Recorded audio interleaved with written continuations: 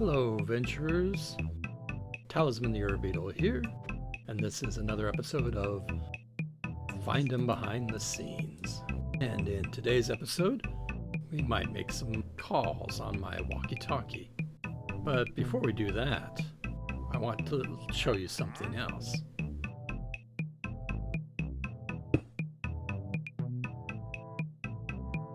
It's a supply crate. You've seen it in the episodes of Find 'em Back Alive. And what does it contain when you break it? Nothing. There are some variations of it, though.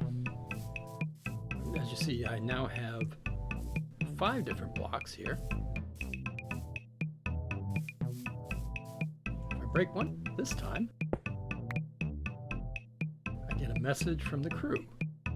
This is supply crate 1.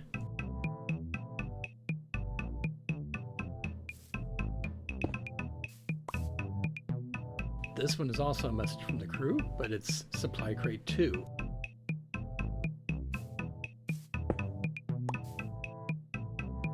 Supply crate 3. Supply crate 4.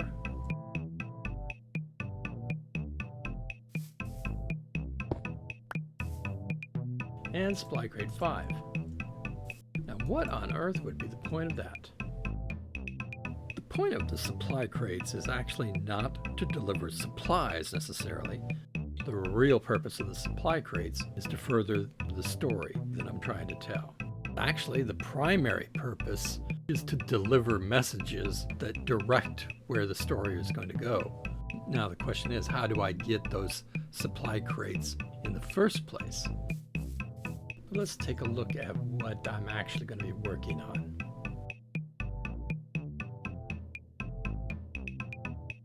It's that thing right up there. Oops, I guess we're not going to look at that one. What this is a supply drop.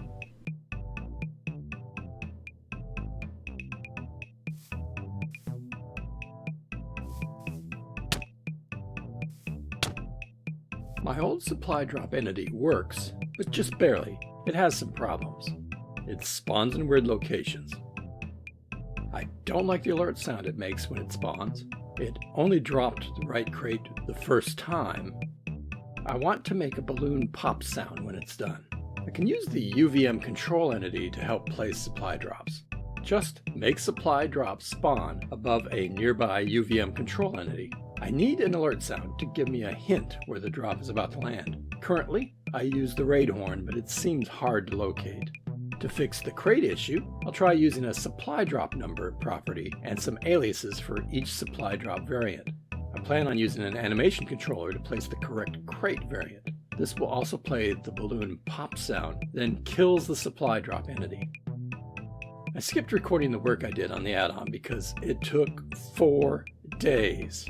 I went through hundreds of versions. One problem turned out to be a known bug with a Molang query that detects ground level.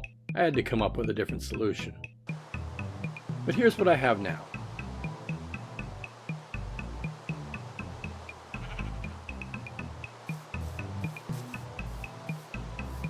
This leaves the final problem, triggering the supply drop with the walkie-talkie.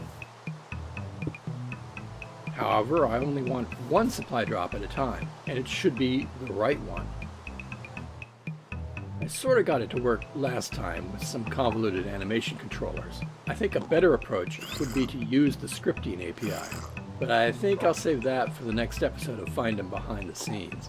Until then, this is Talysman the Ur-Beatle reminding you to lick that button. See you later.